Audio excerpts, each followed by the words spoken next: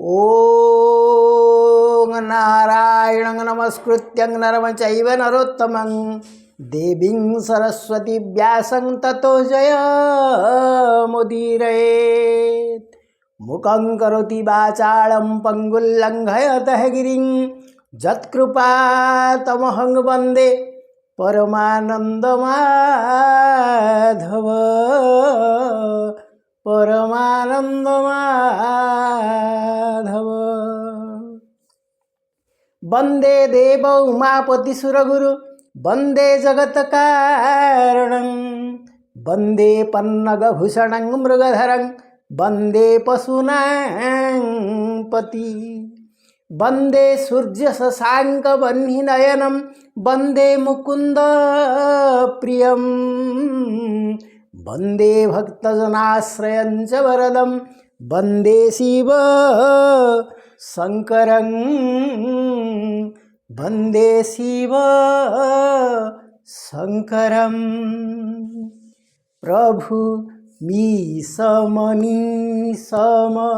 शेषगुणं गुणहीनमहीसगणाभरणं रणनिर्जितदुर्जय दैत्यपुरं प्रणमामि शिवं शिवं कल्पतरु प्रणमामि शिवं शिवकल्पतरु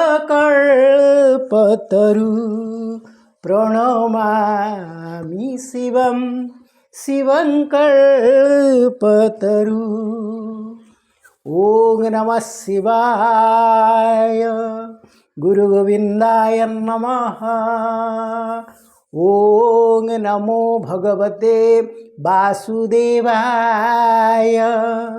ओम नमो भगवते पुरुषोत्तमाय।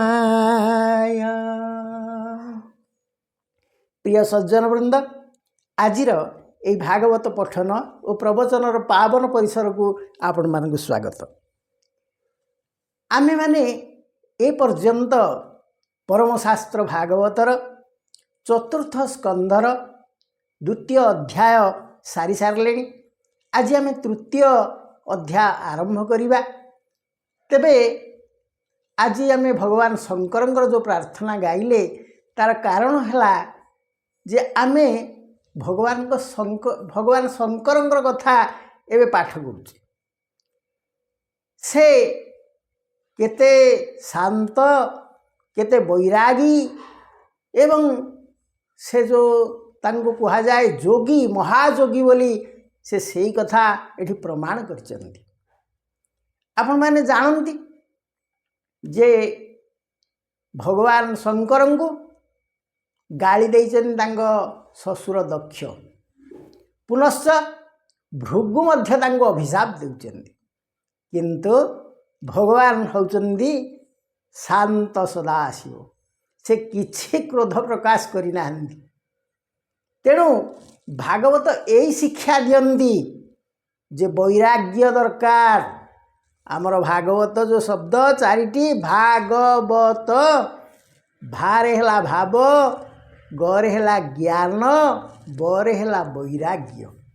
तेणु भागवत शिक्षा दियंती वैराग्य कर अर्थ कोथरे अतिशय लिप्त हो जाओ ना।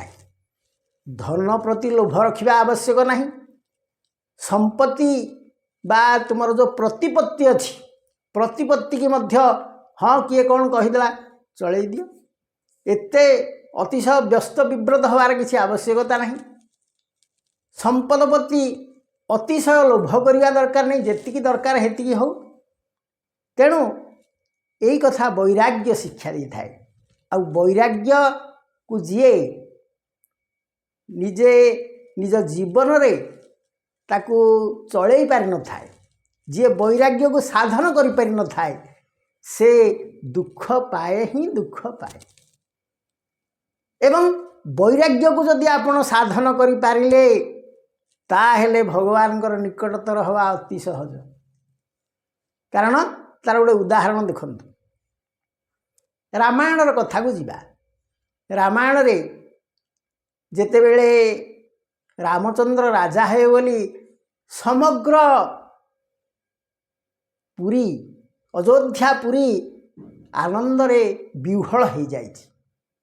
ସମସ୍ତଙ୍କ ମନ ଖୁସି ଯେ ଦଶରଥଙ୍କ ଜ୍ୟେଷ୍ଠ ପୁତ୍ର ରାମଚନ୍ଦ୍ର ହେଉଛନ୍ତି ଶାନ୍ତ, ସେ ଜ୍ଞାନୀ, ଧାର୍ମିକ, ଯୁଦ୍ଧ ବିଦ୍ୟାରେ ପାରଙ୍ଗମ, ସମସ୍ତ ବିଦ୍ୟାରେ ସେ ଧୁରନ୍ଧର ଏବଂ ନମ୍ର, ଶାନ୍ତ, ଧୀର।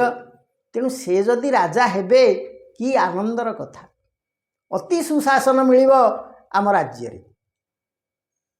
କିନ୍ତୁ କୈକେୟୀଙ୍କ ଚକ୍ରାନ୍ତରେ ସେ ବନବାସ ଯିବା ପାଇଁ ପ୍ରସ୍ତୁତି ହେଲେ। ତା ପରଦିନ ଯେତେବେଳେ ସେ ପ୍ରସ୍ତୁତି ହେଲେ ଯିବା ପାଇଁ, ସେତେବେଳେ ମା ସୀତା କହିଲେ ମୁଁ ଆପଣଙ୍କ ସାଙ୍ଗରେ ଯିବି। ରାମଚନ୍ଦ୍ର କହିଲେ ଯେ ଦେଖ ସୀତେ, ତୁମେ ହେଉଛ ରାଜନନ୍ଦିନୀ, ତୁମେ ଜନକଙ୍କ କନ୍ୟା ହିସାବରେ ତାଙ୍କ ରାଜପ୍ରାସାଦରେ ଅତି ବିଳାସ ବ୍ୟସନରେ ଚଳିଛ, କିନ୍ତୁ ତୁମେ ମୋ ସହିତ ଜଙ୍ଗଲକୁ ଗଲେ ବହୁ କଷ୍ଟ ପାଇବ। କାରଣ ଜଙ୍ଗଲ ଯିବାର ଅନୁଭୂତି ମୋର ଅଛି।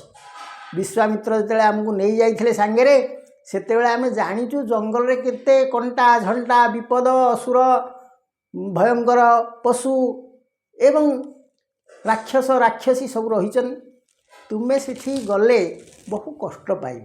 ତାପରେ ତୁମ ପାଇଁ ତ ଏ ସତ୍ୟ ଯେଉଁ ମୁଁ କରାହେଇଛି, ମା କୈକେୟୀ ବାପାଙ୍କୁ ଯେଉଁ ସତ୍ୟ କରାଇଛନ୍ତି, ସେଥିରେ ତ ତୁମ ନାଁ ନାହିଁ, ତୁମେ ଜଙ୍ଗଲକୁ ଚାଲିଯିବ ବୋଲି। ମୋ ପାଇଁ କେବଳ ଅଛି। ତେଣୁ ମୁଁ ହିଁ ଏକୁଟିଆ ସନ୍ନ୍ୟାସ ବ୍ରତ ଧାରଣ କରି ଜଙ୍ଗଲକୁ ଚାଲିଯାଉଛି। ତୁମେ ଯିବା କିଛି ଆବଶ୍ୟକ ନାହିଁ, ତୁମେ ଏଇଠାରେ ରହିଯାଅ। କିନ୍ତୁ ମା ସୀତା କହିଲେ ପ୍ରଭୁ, ଆପଣ ହେଉଛନ୍ତି ଭଗବାନ, ମୁଁ ହେଲି ଭକ୍ତ। ଆପଣ ହେଉଛନ୍ତି ଜୀବନ, ମୁଁ ହେଉଛି ଶରୀର। କେମିତି ଏମିତି ଛାଡ଼ିକିରି ମୁଁ ପଳେଇ ଯିବି? ମାନେ ଆପଣ ମୋତେ କେମିତି ଛାଡ଼ିକିରି ପଳେଇ ଯିବେ? ତେଣୁ ମୁଁ ଆପଣଙ୍କ ସାଙ୍ଗରେ ଯିବି। ନା ତାହେଲେ ସୀତା ତୁମକୁ ବହୁତ କଷ୍ଟ ସହିବାକୁ ପଡ଼ିବ। ନା ସହିବି। ନା ତୁମକୁ ଏଇ ଯେଉଁ ଆୟ ଅଳଙ୍କାର ସବୁ ଲଗେଇଛ, ବିଭିନ୍ନ ଗହଣା ସବୁ ଲଗେଇଛ, ଏସବୁ ଜଙ୍ଗଲରେ ଲଗେଇବାର କୌଣସି ଆବଶ୍ୟକତା ତ ନାହିଁ। କାରଣ ଆମେ ତ ଜଙ୍ଗଲକୁ ଯିବା ସନ୍ନ୍ୟାସ ବ୍ରତ ପାଇଁ ନା। ତେଣୁ ତୁମେ ତ ଏସବୁ ଛାଡ଼ିବାକୁ ପଡ଼ିବ। ନା ହଁ ଛାଡ଼ିବି, କିଛି ମୋର ଦରକାର ନାହିଁ ଅଳଙ୍କାର। ନା ଗୈରିକ ବସ୍ତ୍ର ପିନ୍ଧିବାକୁ ପଡ଼ିବ? ନା ହଁ ପିନ୍ଧିବି। ତେଣୁ ମା ସୀତା ସମସ୍ତ ଅଳଙ୍କାରକୁ ତ୍ୟାଗ କରିଦେଲେ। ଯେତେ ସୁବର୍ଣ୍ଣ ଥିଲା ତାଙ୍କ ଦେହରେ, ଯେତେ ରତ୍ନ ଅଳଙ୍କାର ମାନ ବିଭିନ୍ନ ପ୍ରକାର ବୈଡୂର୍ଯ୍ୟ ହେଉ, ହୀରା ହେଉ, ମୁକ୍ତା ହେଉ, ଯାହା ସବୁ ଥିଲା ତାଙ୍କ ଦେହରୁ ସମସ୍ତ ଅଳଙ୍କାରକୁ ସେ ତ୍ୟାଗ କରିଦେଲେ। ତାଙ୍କର ବୈରାଗ୍ୟ ଆସିଗଲା। ନା ଏସବୁ କିଛି ଜିନିଷ ଦରକାର ନାହିଁ। ରାଜପ୍ରାସାଦ ପ୍ରତି ବୈରାଗ୍ୟ ଆସିଲା, ଅଳଙ୍କାର ପ୍ରତି ବୈରାଗ୍ୟ ଆସିଲା, ବିଭିନ୍ନ ରାଜ ପୋଷାକ ପ୍ରତି ମଧ୍ୟ ବୈରାଗ୍ୟ ଆସିଗଲା।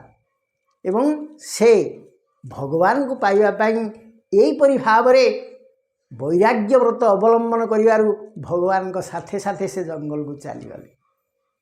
ତେଣୁ ଏଠି ଆମେ ଲକ୍ଷ୍ୟ କରିବା ସେଇ କଥା, ଯଦି ଆମର ବୈରାଗ୍ୟ ଆସିଯିବ, ଏତେ ଆକର୍ଷଣ ଭିତରକୁ ଆମେ ଯିବା ନାହିଁ, ତାହେଲେ ଭଗବାନଙ୍କର ଆକର୍ଷଣ ଆମକୁ ଟାଣିବ।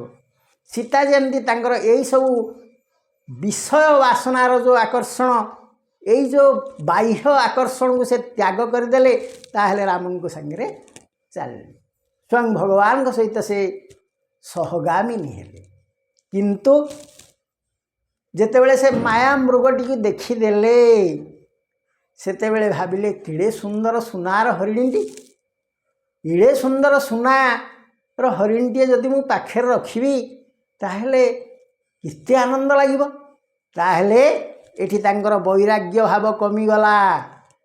ଭଗବାନଙ୍କ ଠେଇ ଯେଉଁ ଆକର୍ଷଣ ଥିଲା, ସେ ଆକର୍ଷଣଟା ସେଠି ଆଉ କେନ୍ଦ୍ରୀଭୂତ ନ ହେଇ ତାହା ଡାଇଭର୍ଟେଡ଼ ହୋଇଗଲା ବା ତାହା ବିଚ୍ୟୁତ ହୋଇଗଲା। ତାହା ଆସିଲା ସୁନା ହରିଣୀ ପାଖକୁ। ସୁନାରେ କଳି ବସେ, ଏକଥା ଭାଗବତରେ କୁହାଯାଇଛି।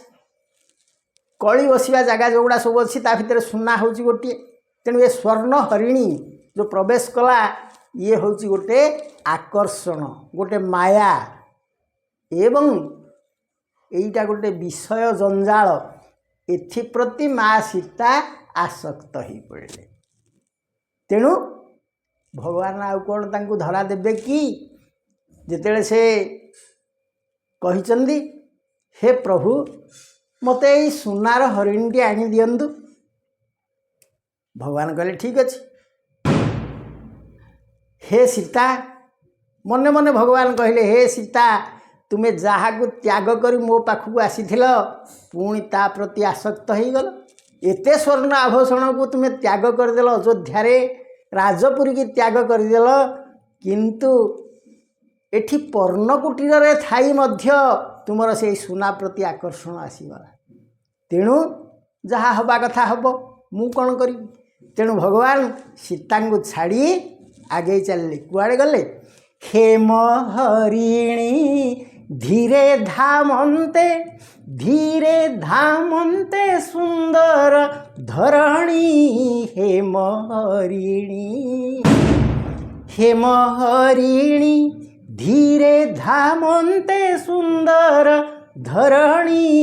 हेम हरिणी धरु धरु करू मृग पलावन्ते।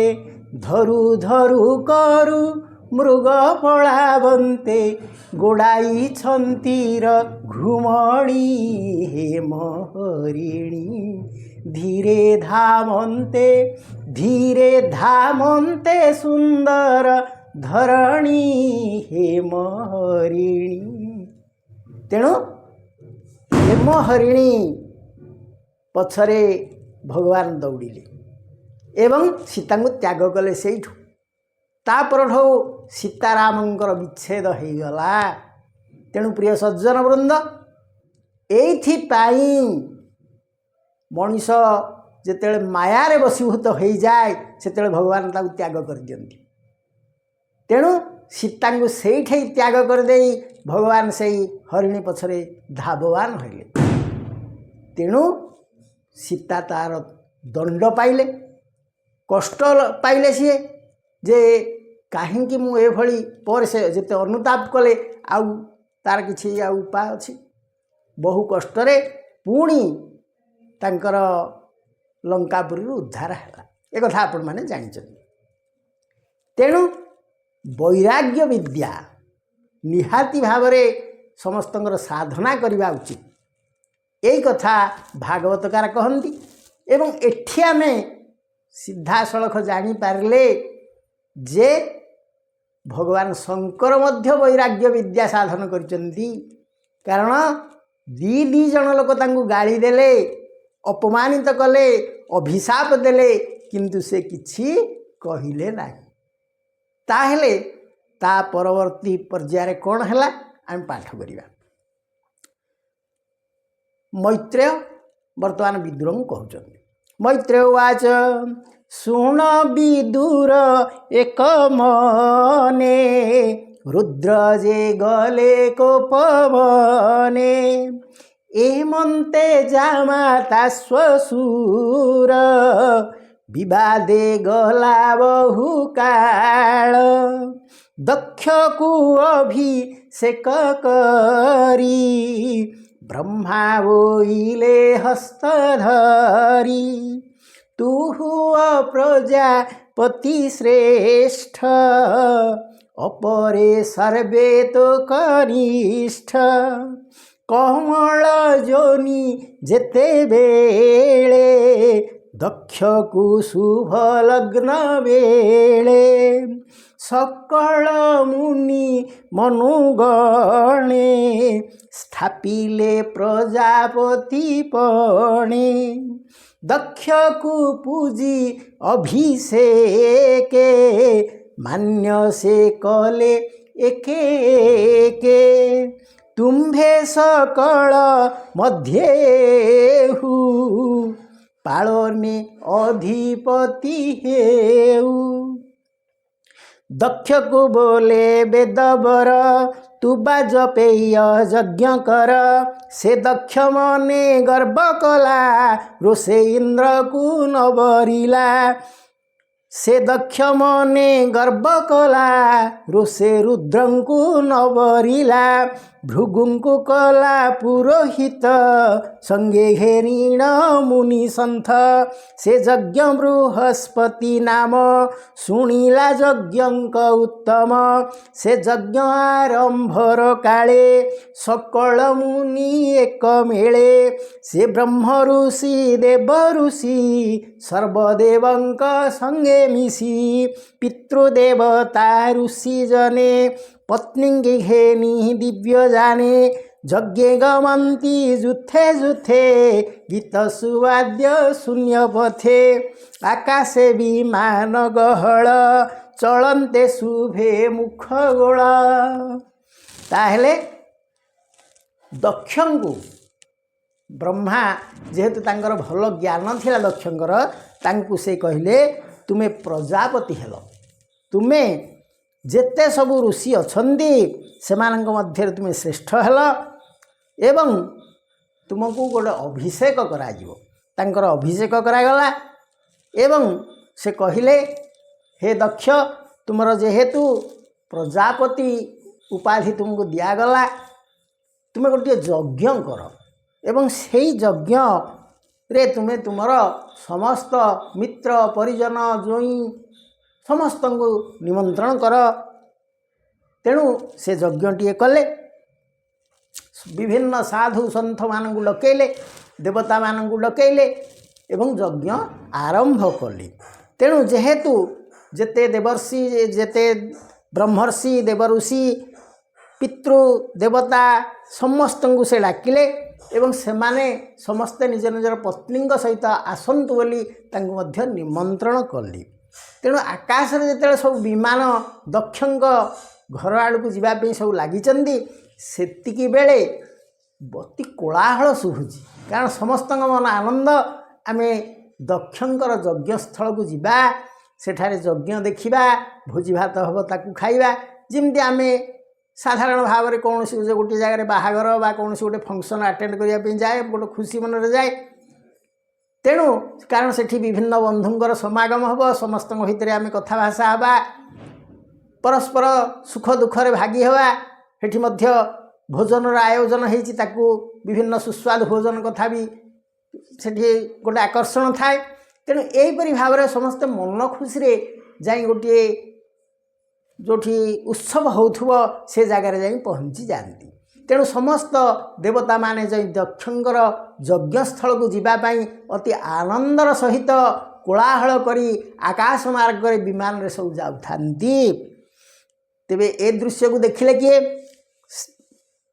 जे सतीश्वर घरणी आकाशे शुणी देववाणी निज सखींकी पचारिला ताहांक बदनु शुणिला शुण गो ईश्वर भामिनी जेणे गमंती सुरमुनि तुम्भ पितार महायज्ञे देवे गवंती शून्य मार्गे निज कामिनी घेनी संगे विमाने जानती नाना रंगे तिनी भुवने जेते जन यज्ञे गवंती तो समन दिव्य अलंकार भूषणे विमाने बसी बधुगणे स्वामींक संग ते चलंती देख गगने पंक्ति पंक्ति नक्षत्रगण प्राय शोभा किबा उपमा अन्य देवा तेरे जिते सती तांकर सखी की पचारली सखी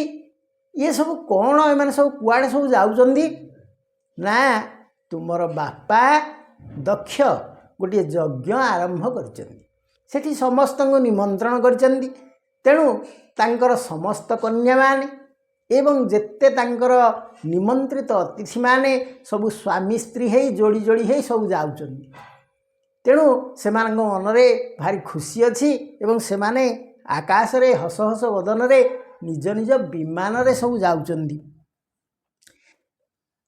स्वामी संगते चलती देख गगने पंक्ति पंक्ति एक कथा से कहली ता शुणी गगन को चाही अंबिका मने विचारई देख भाग्य कर्म मोर मोहर स्वामी महेश्वर मोहर पिता यज्ञ काले मुहि निराश कर्म फले मोर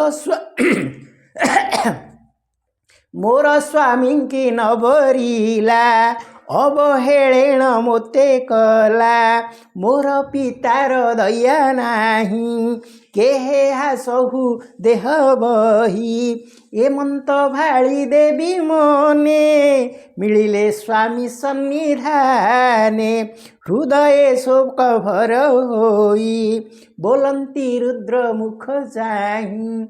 तेणु सतींकी ए दृश्यटा बहुत बाधिला कारण तांको बापा गोटे उत्सव करुचंदी गोटे यज्ञ आयोजन करिचंदी अथच तांको डाकिले नहीं पुणी तांको स्वामी जी होचंदी देवदेव महादेव जार ना होची महेश्वर बा महाईश्वर से भली व्यक्ति की बापा डाकिले नहीं। तेणु से अति दुखित है जाई स्वामी पाखरे पहुँचिले।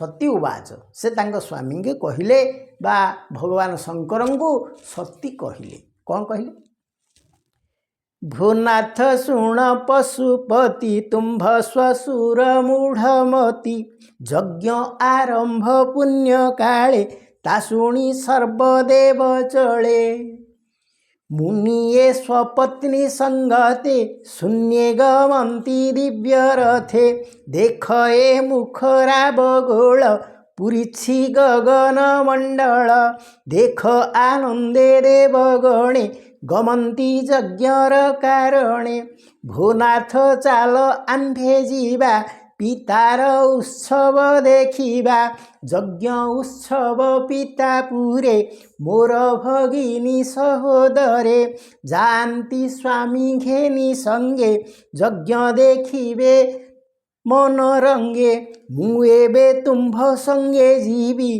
पितार उत्सव देखिबी माता को देखिबी नयने भग्निगणंकु सुख मने भूनाथ आज्ञा दिय मोते जीवही तुम्भर सहिते भो देव देव पशुपति के जानी पारे तुम्भ गति तुम्भ गोचरे विष्णु माया के जानी पारे नाथ एहा हे अज तोहर माया रे आश्चर्य निर्माण संसारे तथापि स्त्री जन्म मोर मुकाहु करी गोचर मो जन्म भूमिर दर्शने इच्छा बलिला मोर मने हे भव तुम्भे त अभव कि रूपे हेब अनुभव बंधु विरहे जेते दुख तहिरे तुम्भे त विमुख देख हे प्रभु शून्य पथे देवे गमंती जुथ जुथे। तेणु माँ सती बाबा शंकर को बाबा भोलानाथ को कहले हे स्वामी मोर भगिनी माने तांकर स्वामी मानंग सहित पित्रालय को गमन करुचंदी मोर भाई माने मोर भाउज मानंग सहित मध्य जे जुआड़े थिले सबू सेठाकू गमन करुचंदी। तेणु मोर इच्छा होची मु टिके मोर पित्रालय को जीवी यज्ञस्थल को जीवी सेठी मोर नानी भौणी एवं मोर भाई भाउज मान सहित टिके मिलित हेबी टिके सुख दुख हेबी। तेणु मु आपन को निवेदन करुची जे आपण मो सहित टिके चालंतु। तेणु से कहले देख हे प्रभु शून्य पथे देवे गमंती जुथे जुथे। तेणु शून्य पथरे से माने सब जो दल दल हो जाउचंदी सेई भली आमे टिके चालंतु जिबा। जेसने राजहंस पंती विमान मान शून्य जानती मोर पितार पुरी जाई यज्ञ देखिबे सुख वही भोनाथ शुण पशुपति ତୁମ୍ଭ ଚରଣେ ମୋର ମତି ମୁଁ ଏହା ସହିବି କେମନ୍ତେ ଶରୀର ବହିଏ ଜଗତେ ପିତା ଜନନୀ ଭଗ୍ନିଗଣେ ଦିବ୍ୟଭୂଷଣ ଆବରଣେ ଯଜ୍ଞ ଆରମ୍ଭେ ସୁଖ ଭୋଳେ ଥିବେ ସକଳେ ଏକ ମେଳେ ପିତା ଭର୍ତ୍ତା ଗୁରୁ ସଦନେ ଯୋଗାଇ ଯିବା ଅବରଣେ ଭୋନାଥ ଶୁଣ ସଦାଶିବ ଯେବେ ଅବରଣେ ନ ଯିବ ମୁଁ ଯିବି ଆଜ୍ଞା ଦିଅ ମୋତେ ପ୍ରସନ୍ନ ମନେ ଶୁଦ୍ଧ ଚିତ୍ତେ। ତେଣୁ ଦେବୀ ସତୀ କହିଲେ ସମସ୍ତେ ତାଙ୍କର ସପରିବାର ସବୁ ଯଜ୍ଞସ୍ଥଳକୁ ଯାଉଛନ୍ତି, ମୁଁ ଟିକେ ସେଇ ଯଜ୍ଞସ୍ଥଳକୁ ଯିବି, ଆମର ଆତ୍ମୀୟ ସ୍ୱଜନ ବନ୍ଧୁ ପରିଜନ ସମସ୍ତଙ୍କ ସହିତ ଟିକେ ମିଳିତ ହେବି, ଆପଣ ମୋ ସହିତ ଚାଲନ୍ତୁ ବୋଲି ମୁଁ କହୁଛି। କିନ୍ତୁ ପୁଣି ଭାବୁଛି ଯେହେତୁ ଆପଣଙ୍କୁ ବରଣ କରିନାହାନ୍ତି, ଯେହେତୁ ନିମନ୍ତ୍ରଣ କରିନାହାନ୍ତି, ଆପଣ ଯଦି ଚାହୁଁଛନ୍ତି ତାହେଲେ ଆପଣ ନ ଯାଇପାରନ୍ତି, ମୋତେ କିନ୍ତୁ ଟିକେ ଅନୁମତି ଦିଅନ୍ତୁ, ମୁଁ ସେଇ ଯଜ୍ଞସ୍ଥଳକୁ ଯିବି। ତେଣୁ ସତୀଙ୍କର ମନର ଉଦ୍ବେଗକୁ ସେ ଭୋଳାନାଥଙ୍କ ଆଗରେ ପ୍ରକାଶ କଲେ। ଭଗବାନ ଶଙ୍କର ସବୁ ଶୁଣିଲେ। ୟା ପରେ କ'ଣ ହେଉଛି ମୈତ୍ରେୟ କହିଲେ, ଏମନ୍ତ ପ୍ରିୟା ମୁଖୁ ଶୁଣି ଈଶ୍ୱର ସ୍ଥିର ଚିତ୍ତେ ଗୁଣି ସ୍ୱଭାବେ ଜଗତ ଈଶ୍ୱର ଜଗତ ଯାର ଖେଳ ଘର ଅଳପ ଅପମାନ ବହି କହନ୍ତି ପତ୍ନୀ ମୁଖ ଚାହିଁ। ତେଣୁ ମୈତ୍ରେୟ କହିଲେ ସତୀ ଏତେ ଗୁଡ଼ିଏ କଥା କହିଲେ, ଭଗବାନ ଶଙ୍କର ନୀରବ, କାରଣ ସେ ତ ବୈରାଗୀ, କିଏ ଡାକିଲେ କ'ଣ ନ ଡାକିଲେ କ'ଣ, କହିଲେ କ'ଣ ନ କହିଲେ କ'ଣ, ତେଣୁ ତାଙ୍କର ସେଥିପାଇଁ କିଛି ଚିନ୍ତା ସେ କରିନଥାନ୍ତି। କିନ୍ତୁ ସତୀଙ୍କର ମନୋଭାବକୁ ସେ ପଢ଼ିବା ପାଇଁ ଲାଗୁଥିଲେ ଯେ ଇଏ କ'ଣ କହୁଛନ୍ତି, କି ଭାବରେ କହୁଛନ୍ତି।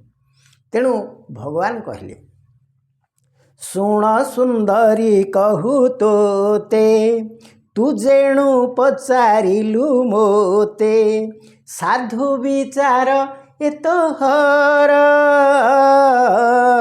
ଶୁଦ୍ଧ ସୁନ୍ଦର ମନୋହର ବନ୍ଧୁକୁ ବନ୍ଧୁ ଭାବ ଭୋଳେ ଅମାନ୍ୟ କଲେ ଅବହେଳେ ତହିଁ ନ ଥାଇ ଅପମାନ କେଶହୁ ପୁଣି ଦୁର୍ବଚନ ବିଦ୍ୟାର ବଳେ ତପଦାହେ ସୁନ୍ଦର ବପୁ ବୈୟବହେ ଉତ୍ତମ କୂଳେ ଯେହୁ ଜାତ ସକଳ ଗୁଣେ ଯେ ବିଖ୍ୟାତ ଜାଣଇ ଶ୍ରୁତି ସ୍ଥିତି ଧର୍ମ ଆଗମ ନିଗମ ଯେ କର୍ମ ସେ ପୁଣି ଅବିବେକ ବଳେ ବନ୍ଧୁ ନିନ୍ଦଇ ଅବହେଳେ ମହତ ତେଜ ସେ ନ ସହେ ନିରତେ ମନେ ଗର୍ବ ବହେ ଅଜ୍ଞାନବାଦୀ ବୋଲି ତାରେ ସୁଖ ନ ଲଭେ ଏ ସଂସାରେ ଯେ ପ୍ରାଣୀ ଅଭ୍ୟାଗତ ଦେଖି ବକ୍ରବଦନେ ବୁଝେ ଆଖି ବନ୍ଧୁ ହେଲେ ହେ ଜାଣ ତୁହି ତା ଗୃହେ ଯିବା ନ ଯୋଗାଇ ସମରେ ଅରିବାଣ ଘାଏ ଅଙ୍ଗରେ ତେଳେ ପୀଡ଼ା ନୋହେ ବନ୍ଧୁର କୁବଚନ ବାଣ ଅନିଷେଧ ହେ ମନ ପ୍ରାଣ। ତେଣୁ ଭଗବାନ ଶଙ୍କର ମା ସତୀଙ୍କୁ ବୁଝେଇଲେ, କହିଲେ ସେ ସଭା ମଧ୍ୟରେ ମୋତେ ତ ଯାହା ଅପମାନ କଲେ, ପୁଣି କୁବଚନ ବହୁତ କହିଲେ ଏବଂ ସେ ମୋତେ ଜୋଇଁ ହିସାବରେ ଆଦୌ ସମ୍ମାନ କଲେ ନାହିଁ। କାହିଁକି ଆଉ ସେ ଜାଗାକୁ ମୁଁ ଯିବି କିଭଳି? କାହିଁକି ନା ଶାସ୍ତ୍ରର କଥାକୁ ଭଗବାନ ଶଙ୍କର କହିଲେ, ବା ଭଗବାନ ଶଙ୍କର ତ ସମସ୍ତ ଶାସ୍ତ୍ରର ଆଧାର, ସେ ତ ଜ୍ଞାନର ଭଣ୍ଡାର। से तेणु कहले जे प्राणी अभ्यागत देखी वक्रवदने बुझे आखि जीए अतिथिंगी देखी मुहंडा बुलेई दिए से भली लोक घर को जीवा कथा नुहे से जेड़े बड़ बंधु हो। कारण शास्त्र कहले बंधुर आगमन देखी उठिब आसन उपेक्षी भावे आसब किछि दूर संभ्रमे करी नमस्कार। जी बंधु को देखी निज आसन उठी आसे गेट पाख जाए से ही हूँ प्रकृत बंधु। किंतु जो बंधु बंधु को देखीदेला मैंने सियाड़े पछ कर मुह बुलेईदेव ता घर को जीवा कथा कि तेणु सी तो मत निमंत्रण करना मुझे जीवी केमिति से तो मत आग्रह करूना ना तेणु सेठिकी जीवाटा उचित नुहे कहीं ना समरे अरी बाण घाए अंगरे तेड़े पीड़ा नहे। गोटे युद्ध क्षेत्र में जदि जड़े सरटीए मारिदेला से बाजिगला देहरे रक्ता टिके बोहीगला खंडिया होगला से खंडियाटा किछि दिन पर सुखीजीव। किंतु जदि से कुवचन कही थाए ताहा हृदय भेदी जाई थाए एवं हृदय लिभिबा अति कष्ट। से कथा कहले जे बंधुर कुवचन बाण अनिसे दहे मन प्राण। तेणु बंधुटीए जदि कुवचन कहला ताहा मन प्राण को दहन कर चलीथिबो जुग जुग धरि। तेणु तू पुणी पिता प्रिय बहु तार सुहृद धर्म कहू तथापि पिता गृह गले मान तू न पाइबु भले। से कहले मु तो जीवा कथा ठीक नुहे कारण से मते निमंत्रण करना मते बंधु बोली खातिर से करना किंतु तुमे जदि मध्य सेठिके जीव सेठी मध्य सम्मान पाइब नाही बोली मु आशा करूची। जेणु मो आश्रा जेते छंती दक्षर प्रिय से नुहंती। तेणु से कहले जे जो माने मत भल पाती से माने दक्षंकर प्रिय नुहंती बोली दक्ष से दिन कहिचंदी। असाधुंकर ए स्वभाव निरते असहणी भाव साधुंक सुपुण्य संपद देखिब हंती मने खेद हिंसंती तांकु अकारणे हरिंकी जन्हे पुण्य जने सभार मध्य तो पितारे अवज्ञा कली मुबे भारे एमंत न विचार मने शुण कहूची सुमध्यमे शुण कहूची सुमध्यमे जे बंधु आगमन देखी उठंती आसन उपेक्षी भावे आसंती किछि दूर बचन कहंती मधुर अति स्नेह करी चित्ते पुलक होई हृदगते अभिवादन मृदुवाणी पूजंती निज गृहे आणी विष्णुर भावे पूजा करी आनंदे प्रिय भाव भरी लोके करंती परस्पर तानो हे प्राज्ञंक आचार से विष्णु शुद्ध सत्वमय प्रकाशे जीवर हृदय तेणु बोलाए वासुदेव से जे मोहर नित्य सेव्य दक्ष हृदय तांकु लखी मु नमस्कार करिअछि ए रूपे कली मु सम्मान न करी तांक अपमान। तेणु भगवान शंकर कहले मु दक्ष को मने मने प्रणाम कली तेणु से ताहा जानी पारले नाही मु तांको ठारे विष्णु को लक्ष्य करी तांको प्रणाम कली किंतु से जानी न पारी भाबिले मु तांको असम्मान कली। ए देहे अभिमान करी दक्षता जानिब कि परी तेणु से दक्ष प्रजापति मो भावे चिंतय नीति निरपराधी मुताहार दुर्वाक्ये कला तिरस्कार ପିତା ହେଲେ ହେ ତାର ତହିଁ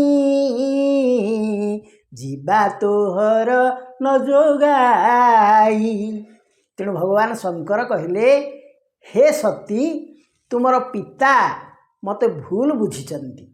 ମୁଁ ତାଙ୍କୁ ପ୍ରଣାମ କରିଛି ମନେ ମନେ, କାରଣ ତାଙ୍କ ହୃଦୟରେ ଭଗବାନ ଅଛନ୍ତି ବୋଲି ତାଙ୍କୁ ମୁଁ ପ୍ରଣାମ କରିଛି। କିନ୍ତୁ ସେ ତାହା ବୁଝିପାରିଲେ ନାହିଁ ଏବଂ ମୋତେ ସଭା ମଧ୍ୟରେ ଅପମାନ କଲେ, ଦୁର୍ବାକ୍ୟ କହି ତିରସ୍କାର କଲେ। ତେଣୁ ତୁମେ ତାଙ୍କ ପୁରକୁ ଯିବା ଅନୁଚିତ। ପିତା ହେଲେ ହେ ତାର ତହିଁ ଯିବା ତୋହର ନ ଯୋଗାଇ। ତାପରେ ସେ କହିଲେ, ତୁ ଯେବେ ମୋହର ବଚନ ଅଜ୍ଞାନେ କରିବୁ ଲଙ୍ଘନ, ପିତା ଭୁବନେ ଯିବୁ ତୁହି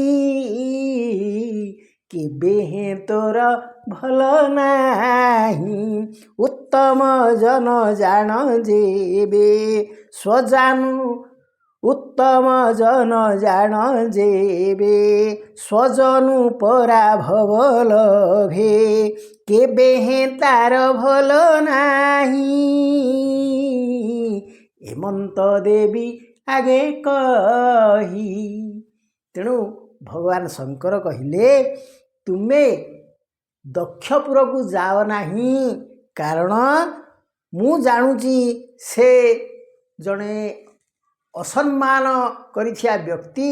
ଯେହେତୁ ସେ ମୋତେ ଅସମ୍ମାନ କରିଛନ୍ତି, ତେଣୁ ତୁମେ ସେଠିକି ଗଲେ ଅସୁବିଧାର ସମ୍ମୁଖୀନ ହେବ।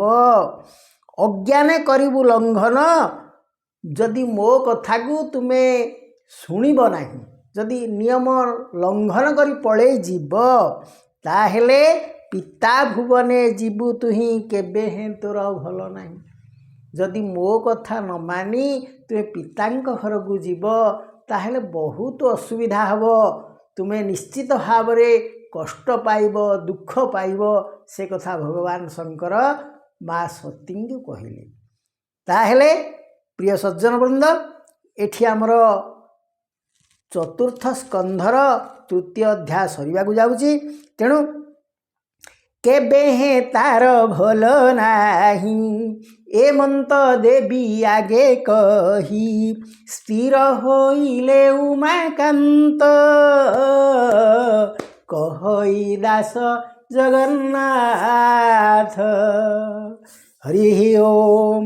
ଇତି ଶ୍ରୀମଦ୍ଭାଗବତେ ମହାପୁରାଣେ ପାରମହଂସ୍ୟାଂ संहितायां चतुर्थस्कन्धे उमारुद्र संवादे नाम तृतीयोऽध्यायः। हरि ओम्। त्वमेव माता च पिता त्वमेव बन्धु च सखा त्वमेव विद्या द्रविणं त्वमेव सर्वं मम देव। कायेन वाचा मनसेन्द्रिये वा बुद्ध्यात्मना वा प्रकृति स्वभावा करोमि यज्जत् सकल करस्मै नारायण इति समर्पयामि। हरे मुरारे मधुकैटभारे गोविंद गोपाल मुकुंद सौरे यज्ञेषु नारायण कृष्ण विष्णु निराश्रय मां जगदीश रक्ष। निराश्रय मां जगदीश रक्ष। निराश्रय मां जगदीश रक्ष। हरि ओम।